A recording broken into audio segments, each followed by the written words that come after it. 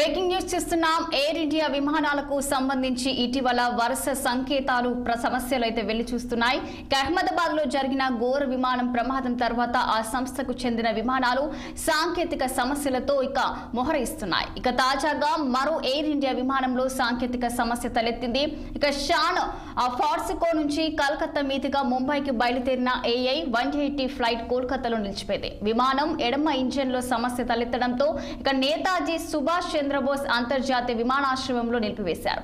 సిబ్బంది అప్రమత్తమై ప్రయాణికులను దింపేశారు. అనంతరం విమానంలో అధికారులు తనిఖీలు చేపట్టారు.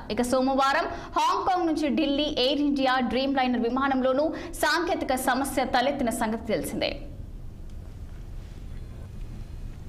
ఇదే అంశంపై మరింత సమాచారం మా ఢిల్లీ ప్రతినిధి అశోక్ రెడ్డి ఫోన్ లైన్ లో అందించేందుకు సిద్ధంగా ఉన్నారు. చెప్పండి అశోక్, అప్డేట్స్ ఏంటి? సో అహ్మదాబాద్ ఘటన తర్వాత ఎయిర్ ఇండియాలో చాలా విమానాల్లో సాంకేతిక లోపాలు వస్తున్నాయి. అందులో భాగంగానే ఈరోజు కలకత్తాలో సుభాష్ చంద్రబోస్ ఇంటర్నేషనల్ ఎయిర్పోర్ట్ లో చోటు చేసుకుంది. ఇవాళ ఉదయం షాన్ఫ్రోస్కో నుంచి వయా కోల్కతా ముంబై వెళ్తుండగా air India flight number AI 180 Boeing 200 LR ఉన్నట్లుండి సాంకేతిక లోపం తలెత్తింది. నిన్న అర్ధరాత్రి శాన్ ఫ్రాన్సిస్కో నుంచి 12:45 కోల్కతాలోని సుభాష్ చంద్రబోస్ ఇంటర్నేషనల్ ఎయిర్పోర్ట్ కి ఆ విమానం రాత్రి 2 గంటలకు ముంబై బయలుదేరాల్సి ఉంది. ఈ క్రమంలోనే ఫ్లైట్ ఎడమ వైపు ఇంజన్ లో టెక్నికల్ సమస్య పైలట్లు గుర్తించారు. అనంతరం ప్రయాణాన్ని వాయిదా వేస్తూ ఉదయం 5:20 సమయంలో ప్యాసింజర్లు విమానం నుంచి దిగిపోవాల్సిందిగా ప్రకటించారు.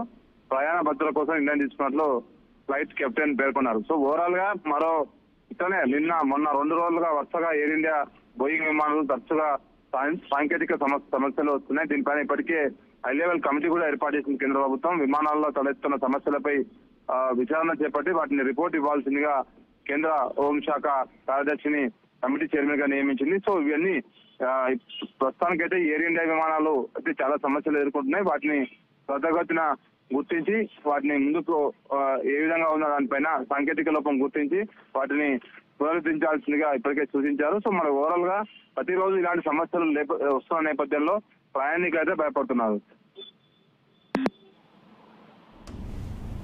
Thank you Ashok.